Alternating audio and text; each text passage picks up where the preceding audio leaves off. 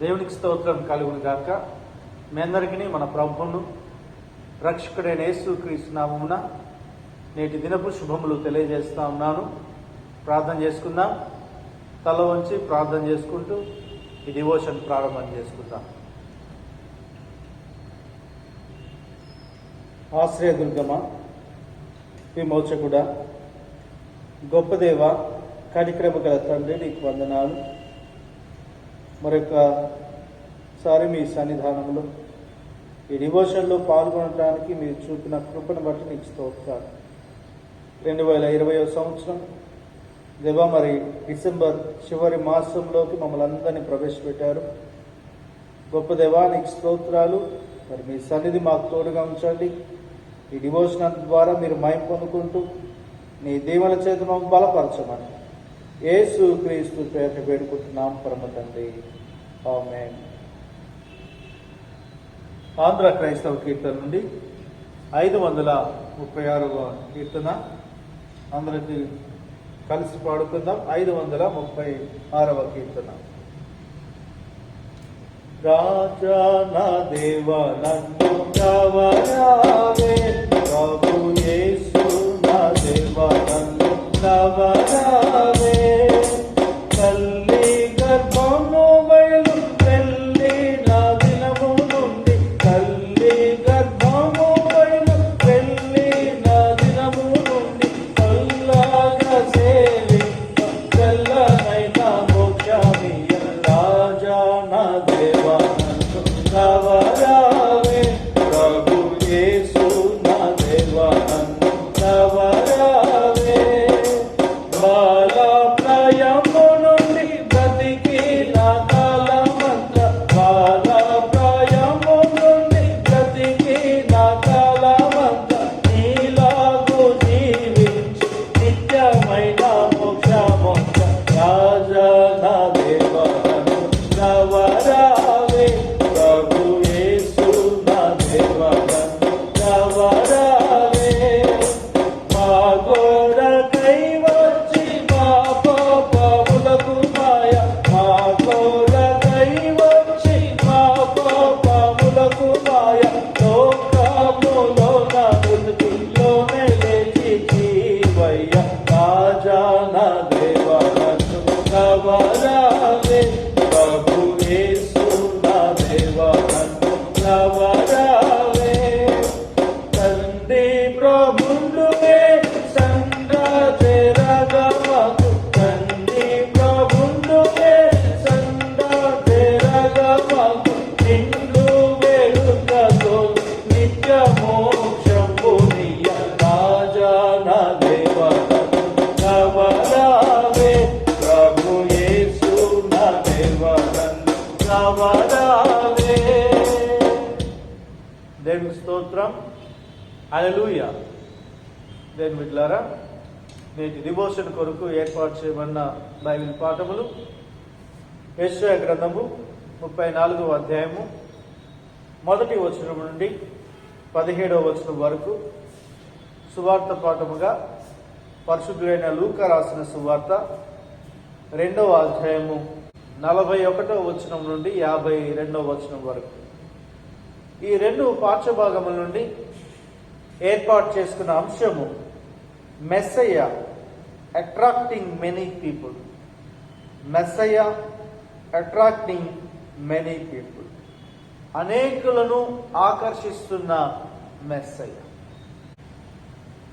ఈ చదవబడిన పాఠ్యభాగాల్లో యేసుక్రీస్తు ప్రభువారు జ్ఞానమందును, వయస్సు దేవుని దయందును, మనుషుల దయందును ఎలా వర్ధిల్లబడతా ఉన్నాడు, ఆ మాటలు మనం తెలుసుకోబోతా ఉన్నాం.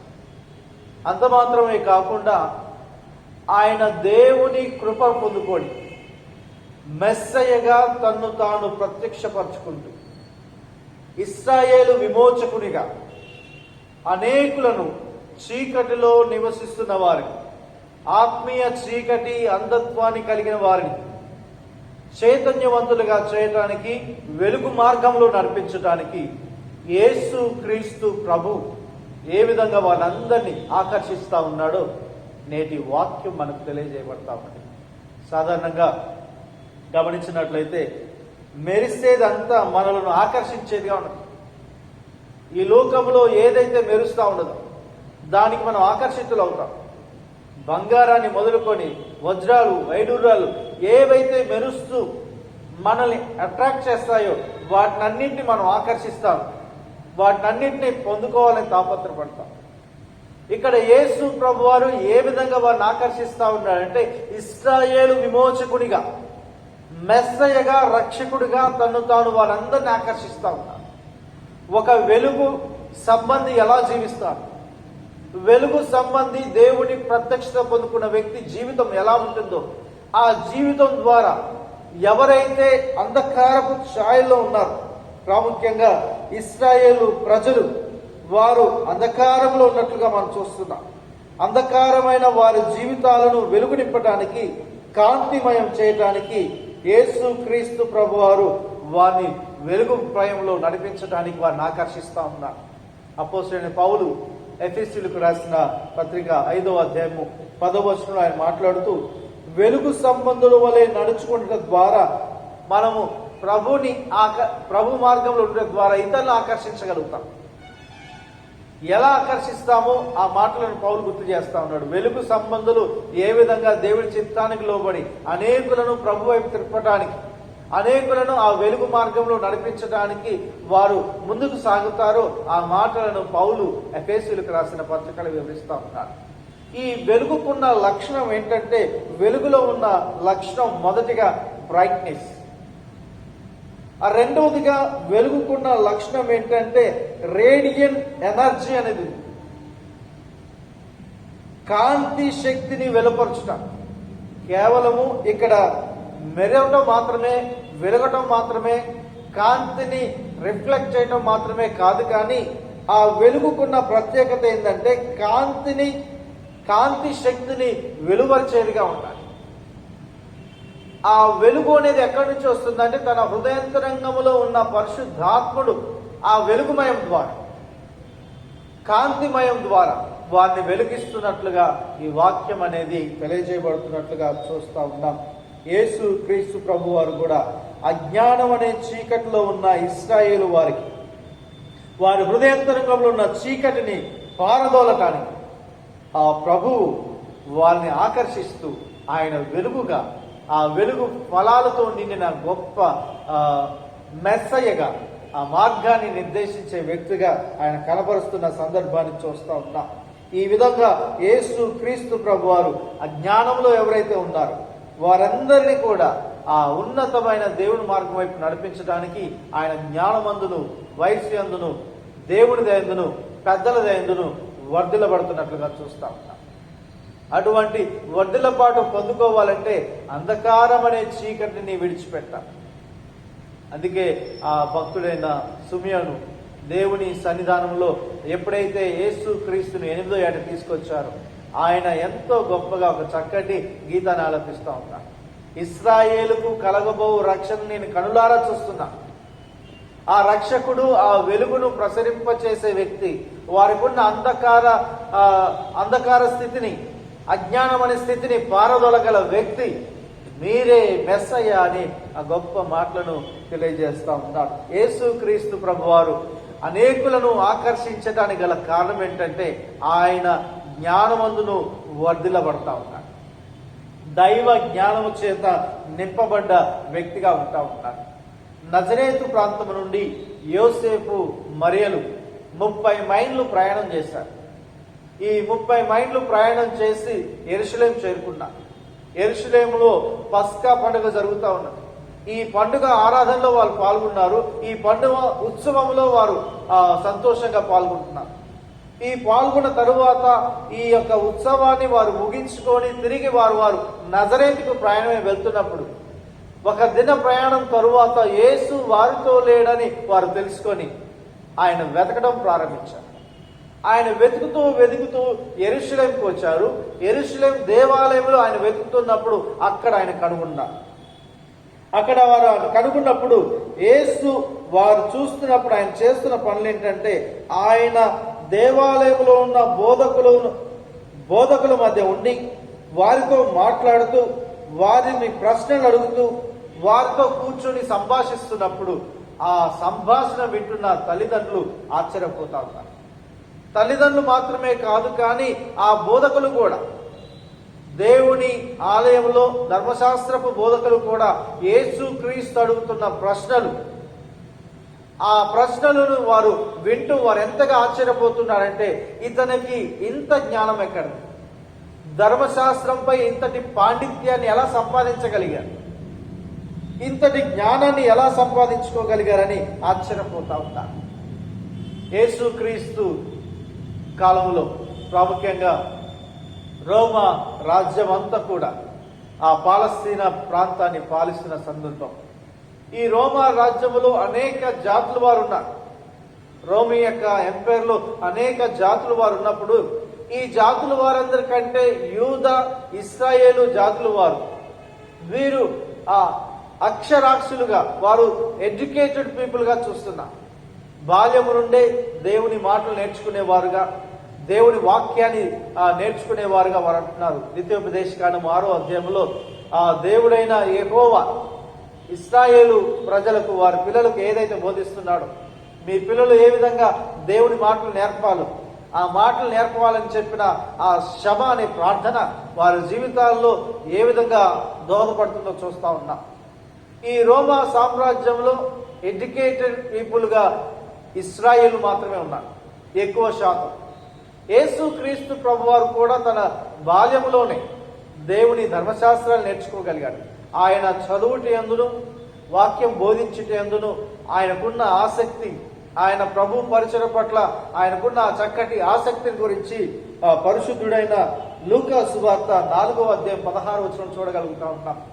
యేసు క్రీస్తు ప్రభువారు ఆయన సమాజ మందిరంలోకి వచ్చి, సమాజ మందిరంలో అక్కడున్న వ్యక్తులతో ఆయన మాట్లాడుతూ యెషయా గ్రంథాన్ని తీసి చదివి వారికి బోధిస్తున్నప్పుడు ఆయన బోధ వారికి ఎలా అనిపిస్తుందంటే, ఆయన శాస్త్రుడు వలె, పరిచయుల వలె కాక ఒక అధికారి వలె బోధిస్తున్నారు. ఈ అధికారి వలె బోధించడానికి గల కారణం అంటే ఆయనకున్న వాక్యం మీద తనకున్న కమాండింగ్, ఆ వాక్యానికున్న ఆ చక్కటి వాటితో దేవుని వాక్యాన్ని వారు బోధిస్తున్నప్పుడు వారందరూ ఆశ్చర్యపోతున్న సందర్భాన్ని చూస్తూ ఉంటారు. నూతన నిబంధన పండితుడైన సిహెచ్ డాన్ అనే వ్యక్తి మాట్లాడుతూ, యేసు జీవించిన కాలములో ఇశ్రాయేల్లో ఎక్కువ శాతము అక్షరాస్యులుగా, ఎడ్యుకేటెడ్ పీపుల్గా ఉన్నారని ఆయన మెన్షన్ చేస్తూ ఉన్నాడు. యేసు క్రీస్తు ప్రభువారు కూడా దినదిన ప్రవర్ధనమే జ్ఞానమందును వర్ధిల్లబడుతున్న సందర్భాన్ని ఈ లూకా సువార్తలోను, యోహాను సువార్త 8వ అధ్యాయము 6వ వచనంలో మనం చూడగలుగుతా ఉన్నాం. సామెతల గ్రంథము 2వ అధ్యాయం 6వ వచనంలో జ్ఞానైన సొలొమోను మాట్లాడుతూ, యెహోవాయే జ్ఞానం ఇచ్చువాడు, తెలివియు వివేచనయు ఆయన నోట నుండి వచ్చుననే మాట గుర్తు చేస్తా ఉన్నాడు. జ్ఞానానికి మూలము యెహోవాయే, ఆయనే జ్ఞానం ఇచ్చేవాడు, తెలివియు వివేచనయు ఆయన నోటి నుండి వచ్చుననే మాట గుర్తు చేస్తా ఉన్నాడు. యేసు క్రీస్తు ప్రభువారు ఈ లోకంలో నరావతారిగా వచ్చాడు. యోహాను సువార్త 1వ అధ్యాయంలో యేసు క్రీస్తు గురించి యోహాను సువార్తికుడు మాట్లాడుతూ, ఆయన నరావతారిగా వస్తూ ఆయన ఎలా వచ్చాడు భూమి మీదకి, లోగోస్గా, వాక్కుగా వచ్చినట్లుగా చూస్తున్నాం. ఆ వాక్కుగా వచ్చిన ప్రభు ఏ విధంగా మానవాళి రక్షణ కొరకు దీనుడై రిక్తుడిగా చేసుకున్నాడో ఆ సందర్భాన్ని, ఆ లోగోస్ గురించిన మాటలను యోహాను సువార్తికుడు కూడా తెలియజేస్తా ఉన్నాడు. నిజమైన దేవుని బిడ్డలారా, దేవుని సన్నిధిలో ఈ వాక్యం ఇచ్చిన మనము యెహోవాయే జ్ఞానం ఇచ్చువాడని, తెలివి వివేచన ఇచ్చువాడని మనం ఎప్పుడైతే గ్రహించగలుగుతామో జ్ఞానమందు వర్ధిల్లబడగలుగుతాం. జ్ఞానమందు వర్ధిల్లబడాలంటే యెహోవా పట్ల భయభక్తులు కలిగి ఉండాలి, దేవుడి పట్ల భయభక్తులు కలిగి ఉండాలి. తెలివియు వివేచనయు ఆయన నోటి నుండి వచ్చును కాబట్టి ఆయన జీవవాక్కును నేర్చుకునే వారముగా, జీవవాక్కును ధ్యానించే వారముగా, తద్వారా జ్ఞానముతో మన జీవితాలను, మన కుటుంబాలను కట్టుకునే వారముగా ఉండాలని వాక్యం గుర్తు చేస్తామని. రెండవదిగా, యేసు అనేకులను ఆకర్షించడానికి మరొక కారణం ఏంటంటే ఆయన జ్ఞానమందు మాత్రమే కాదు, కానీ వయసు యందును వర్ధిల్లబడతా ఉంటాడు.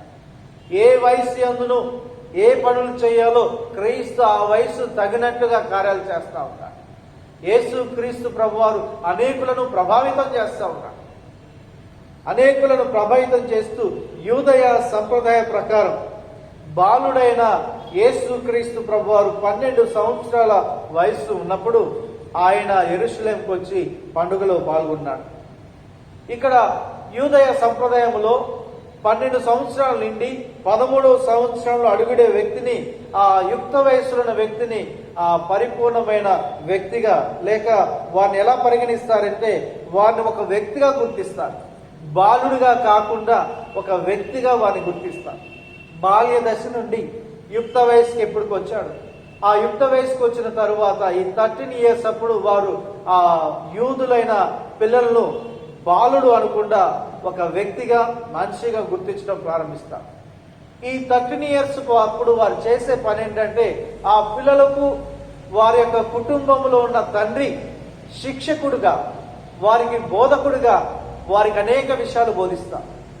ఆత్మీయంగా, శారీరకంగా, వ్యక్తిగత వికాసానికి కావలసిన అన్ని విషయాలు, సామాజిక పరమైన విషయాలే కానీ, కుటుంబ బాధ్యతల గురించే కానీ, ప్రతి విషయాల గురించి ఆ తల్లిదండ్రులు, ప్రాముఖ్యంగా తండ్రి ప్రాముఖ్యత చాలా ప్రాముఖ్యం యూదయ సంప్రదాయంలో. యేసు క్రీస్తు ప్రభువారు యూదయ సంప్రదాయం నుండి రావడం ద్వారా యోసేపు తన యొక్క కుమారుడైన యేసు క్రీస్తు ప్రభువారికి ఈ సామాజిక పరమైన, ఆత్మీయపరమైన ఆ కుటుంబ పరిస్థితులను గురించి ఆయన బోధిస్తూ యుక్త వయసులో ఉన్న యేసుకు కావలసిన చక్కటి శిక్షణను ఆయనకు అందించినట్లుగా చూస్తూ ఉన్నాం. లూకా సువార్త 2వ అధ్యాయము 52వ వచనం నుండి 31వ వచనం వరకు గల ఈ మధ్య కాలంలో యేసు క్రీస్తు ప్రభువారు 12 సంవత్సరాల వయసు తర్వాత మరలా ఆయన 30 సంవత్సరాల వయసులో సువార్తకు వచ్చినట్లుగానే వివరిస్తూ ఉన్నారు. ఈ సుమారుగా దాదాపుగా ఉన్న 18 సంవత్సరాల కాలాన్ని అక్కడ మనకి ఆ కాలం గురించిన సమాచారం మనకు కనిపించదు. కానీ మిగిలిన సువార్తలలో గమనించినట్లయితే మత్తయి సువార్త 13వ అధ్యాయము 55వ వచనంలోను, మార్కు సువార్త 6వ అధ్యాయము 3వ వచనం ప్రకారము ఆయన తన కుటుంబముతో కలిసి జీవించినట్లుగా, ఆయన పరిచర్య కొరకు పరిపూర్ణమైన సిద్ధపాటు మరి కుటుంబ సభ్యులతో కలిసి ఆ తండ్రి వడ్రంగి అవడం ద్వారా ఆ తండ్రికి సహాయపడుతూ, తండ్రి చనిపోయిన తరువాత కుటుంబ పోషకుడుగా, ఆ కుటుంబ సభ్యుల పోషకుడుగా ఆయన ఎంతగానో పనిచేసినట్లుగా మత్తయి సువార్తికుడు, మార్కు సువార్తికుడు తెలియజేసిన సందర్భాన్ని చూడగలుగుతా ఉన్నాం. ఆయన కుటుంబ పోషణ కొరకు ఎంతగానో శ్రమించాడు. ఈ విధంగా ప్రభు దైవికంగా సిద్ధపడతా ఉన్నాడు. ఆయన జ్ఞానమందును వయసుకు తగిన విధంగా ఏ వయసులో మరి ఏ విధంగా కుటుంబానికి ఆసరాగా ఉండాలో, కుటుంబానికి ఆసరాగా ఉంటూ కుటుంబ సభ్యుల పోషణ విషయంలో ఆయన శ్రమపడి ఇవన్నీ ఆ దైవికమైన మార్గంలో నడుస్తూ యవన కాలంలో ఉన్నప్పటికీ, యుక్త వయసులో ఉన్నప్పటికీ యేసు క్రీస్తు ప్రభువారు కల్మషం లేని వ్యక్తిగా, పాపం ఎరుగని వ్యక్తిగా, పరిశుద్ధుడిగా తన జీవితాన్ని జీవిస్తున్నట్లుగా వయస్సు యందును వర్ధిల్లబడుతున్నట్లుగా చూస్తాడు. వయస్సు యందు వర్ధిల్లబట్టంటే అల్లరితో కూడిన ఆటపాటలతో, లేకపోతే మితిమీరిన శరీర కోరికలతో జీవించడం కాదు, కానీ యేసు క్రీస్తు వలె పరిశుద్ధంగా జీవించగలిగినప్పుడు వయస్సు యందు దినదినంగా వర్ధిల్లబడి వారంగా ఉంటామని వాక్యం గుర్తు చేస్తా ఉన్నది. యేసు క్రీస్తు వయస్సు యందు మాత్రమే కాదు, కానీ దేవుని దయందును వర్ధిల్లబడతా ఉన్నాడు. మనం ఎప్పుడు దేవుని దయందు వర్ధిల్లబడతామంటే అపోస్తలుడైన పౌలు తిమోతికి రాసిన మొదటి పత్రికలో ఆయన మాట్లాడుతూ 4వ అధ్యాయంలో తిమోతికి సలహా ఇస్తా ఉన్నాడు. యవన కాలములో యుక్త వయసులో ఉన్న తిమోతితో మాట్లాడుతూ ఏ విధంగా జీవించాలో, ఏ విధంగా సంఘంలో ఒక మాదిరికరమైన దేవుని బిడ్డగా జీవించాలో, పరిశుద్ధ జీవితాన్ని జీవించాలో, ఆ పరిశుద్ధ జీవితాన్ని గురించి పౌలు తిమోతికి రాసిన మొదటి పత్రిక 4వ అధ్యాయం 12వ వచనం వివరిస్తా ఉన్నాడు. పౌలు ఏమని మాట్లాడుతున్నాడంటే, నీ యవనం బట్టి ఎవరునూ నిన్ను తృణీకరింపనీయక మాటలోను, ప్రవర్తనలోను, ప్రేమలోను, విశ్వాసములోను, పవిత్రత యందును మాదిరిగా ఉండు. నీ యవనాన్ని బట్టి ఎవరు తృణీకరించకూడదు. నేను యేసు క్రీస్తు నేటి యవన బిడ్డలకు మాదిరిగా ఉన్నాను. ఎంతటి మాదిరిగా ఉన్నాడంటే పౌలు ఈ మాటలన్నీ క్రీస్తులో చూడగలిగాడు. క్రీస్తులో ఆయన ఏమని చూడగలిగాడంటే ఆయన మాటల్లో మాదిరి ఉన్నది, ప్రవర్తనలో మాదిరి ఉన్నది, ప్రేమలో మాదిరి ఉన్నది, విశ్వాసంలో మాదిరి ఉన్నది, పవిత్రత యందు మాదిరి ఉన్నది. ఈ లక్షణాలన్నీ క్రీస్తులో చూశాడు కాబట్టి క్రీస్తు బిడ్డలు కూడా వీటినే అనుసరించాలి. ఈ క్రీస్తు బిడ్డలైన వారు ఈ గుణ లక్షణాలను తప్పక పొందుకోవాలని తిమోతితో మాట్లాడుతున్నాడు. యవన కాలమందు యేసు క్రీస్తు వయసు యందును ఏ విధంగా వర్ధిల్లపడ్డాడు, ఆ వయసు యందు వర్ధిల్లబడుతూ దేవుడి దయలో ఆయన అంచెలంచెలుగా ఎదుగుతూ వచ్చాడు. ఆ అంచెలంచెలుగా ఎదగడానికి గల కారణాలు ఏంటంటే ఆయన మాటల యందును, ప్రవర్తన యందును, ప్రేమ యందును, విశ్వాసము, పవిత్రత యందును మాదిరి కనపరచాడు. అట్టి మాదిరి తిమోతి నీవు కలిగి ఉండాలని పౌలు కోరుతా ఉన్నాడు. నేటి క్రైస్తవ బిడ్డలమైన ప్రతి ఒక్కరు, యవన బిడ్డలైన ప్రతి ఒక్కరు కూడా ఈ మాదిరి నేర్చుకోవాలి. ఈ లోకంలో ఉన్న పై మెరిసే వాటిని అన్నింటినీ చూసి, ఈ లోకంలో ఉన్న రంగురంగుల ప్రపంచాన్ని బట్టి మోసపోకుండా, వెలిగేది ప్రతిది కూడా ఆకర్షించేదిగా ఉంటుంది కాబట్టి ఆ ఆకర్షణలోకి గురి కాకుండా, ఈ రంగురంగుల ప్రపంచంలో, మెరిసే ప్రపంచంలో ఆకర్షణతో మనం లోనవ్వకుండా యేసు క్రీస్తు వలె ఈ చక్కటి 5 లక్షణాలు కలిగి ఉండాలి. మాటలోను, ప్రవర్తనలోను, ప్రేమలోను, విశ్వాసంలోను, పవిత్రత యందు మాదిరి కనపరచగలిగితే దేవుని దయ పొందుకోగలుగుతాం, దేవుని దయలు వర్ధిల్లబడగలుగుతాం. యేసు క్రీస్తు ప్రభువారు దేవుని దయలు వర్ధిల్లబడతా ఉన్నారు. ఆ విధంగా వర్ధిల్లబడాలంటే ఈ లక్షణాలు తప్పక సంతరించుకునే వారముగా ఉండాలని వాక్యం గుర్తు చేస్తా ఉన్నది. యేసు క్రీస్తు ప్రభువారు ఆనాటి ఆ ఇశ్రాయేలు ప్రజలు మాత్రమే ఆకర్షించట్లేదు. ఆనాటి ఇశ్రాయేలు ప్రజలు మాత్రమే ఆ అంధకారంలో నుండి వెలుగు వైపు నడిపించబడాలని కోరుకట్లేదు. ఈనాడు ఉన్న క్రైస్తవ సమాజంలో ఉన్న మనమందరినీ కూడా ఆయన ఆకర్షించే విధంగా ఉన్నాడు. మనల్ని ఆకర్షిస్తా ఉన్నాడు తన యొక్క ప్రవర్తన ద్వారా, తన పని ద్వారా, తన కార్యాల ద్వారా, ఆశ్చర్యమైన తన కృప ద్వారా. ఇటువంటి క్రీస్తును మెస్సయ్యగా మనం అంగీకరించాలి. ఆయన మార్గంలో నడిచే వారముగా ఉండాలి. ఎప్పుడైతే ఆ విధంగా నడచగలుగుతామో, ఆ విధంగా సాగగలుగుతామో, దేవుడు ఏ విధంగా ఆ క్రీస్తు ఈ లోకంలో ఉన్నప్పుడు ఇన్ని విభాగాలుగా వర్ధిల్లబడగలిగాడు. అటువంటి వర్ధిల్లపాటు మన జీవితాల్లో మనం పొందుకోవాలి. జ్ఞానమందును, వయస్యందును, దేవుని దయందును, పెద్దల దయందును, మనుషుల దయందును వర్ధిల్లబడే జీవితాలు జీవించడానికి, క్రీస్తు యేసు చేత ముందుకు సాగటానికి ప్రభు అటువంటి నడిపింపు మనకు అనుగ్రహించును గాక. ఆమేన్. ప్రార్థన చేసుకుందాం. పరిశుద్ధుడా, స్తోత్రార్పుడా, గొప్ప దేవా, నీకు వందనాలు చెల్లిస్తా ఉన్నాం. ఈ లోకంలో క్రీస్తు ప్రత్యక్షత, సుమియోను, హన్న వారు చెప్పిన మాటలు దేవా మరొకసారి మేము జ్ఞాపకం చేసుకుంటున్నాం. దేవా, యేసు క్రీస్తు ఇశ్రాయేలును విమోచకుడుగా, అజ్ఞానములో, అంధకారంలో ఉంటున్న వారిని వెలుగు మార్గంలో నడిపించడానికి, వారిని విమోచించడానికి దేవా అనేకులను ఆకర్షిస్తున్న మెస్సయ్యగా మేము చూడగలుగుతా ఉన్నాం. మాలో లేని ఆ చక్కటి లక్షణాలను యేసు క్రీస్తు ద్వారా మేము పొందుకోవాలని నేటి వాక్యము ద్వారా మాతో మాట్లాడిన దేవా నీకు స్తోత్రాలు. జ్ఞానమందును దేవా, వయస్సు యందును, మీ దయందును, మనుషుల దయందును వర్ధిల్లబడే కృపను మీరు మాకు అనుగ్రహించమని కోరుచున్నాను. దేవా, యేసు క్రీస్తు ధర్మశాస్త్రాన్ని గురించి మాట్లాడుతున్నప్పుడు ధర్మశాస్త్ర బోధకులు సహితం ఆశ్చర్యపోతా ఉన్నారు. తండ్రి నీకు వందనాలు. జ్ఞానైన సొలొమోను సెలవిచ్చినట్లుగా మీ యందు భయభక్తులు గల వారికి ఎంతటి జ్ఞానము లభిస్తుందో మీరు తెలియజేస్తూ ఉన్నారు. మీ పట్ల భయభక్తులు కలిగి మీరిచ్చే జ్ఞానాన్ని పొందుకుంటూ ప్రభు ఈ లోకములో అపవాదం ఎదిరించే వారుగా, అపవాద క్రియలను సమీపించనీయకుండా ప్రభు మరి మా యవన బిడ్డల కొరకు ప్రార్థన చేస్తాం. యేసు క్రీస్తు దేవ మరి ఏ విధంగా వారికి ఉన్న లక్షణాల ద్వారా ఆకర్షిస్తూ ఉన్నారు, అటువంటి గుణ లక్షణాలు బిడ్డల జీవితాల్లో పొందుకున్నట్లుగా నీకు దయచేయండి. వారి ప్రవర్తనలోను, ప్రేమలోను, నడవడికలోను, పరిశుద్ధత యందును మాదిరి కనపరిచే జీవితాన్ని, అటు జీవితాన్ని ప్రతి ఒక్కరికి ప్రసాదించమని కోరుచున్నాం. వింటున్న మాటలు మా వినికిడిలో ప్రభు నెరవేర్చమని యేసు క్రీస్తు పేట వేడుకుంటున్నాం పరమ తండ్రి. ఆమేన్. మన ప్రభువైన యేసు క్రీస్తు కృపయు, తండ్రి అయిన దేవుని ప్రేమయు, పరిశుద్ధాత్మకరణ సహవాసము సకల దీవెనలు ఇక్కడ చేయడం మనకు, మన కుటుంబాలకు, సార్వత్రిక సంఘం అంతటికి ఆయన కాపుదల దీవెనలు సదాకాలం తోడై ఉండును గాక. ఆమేన్.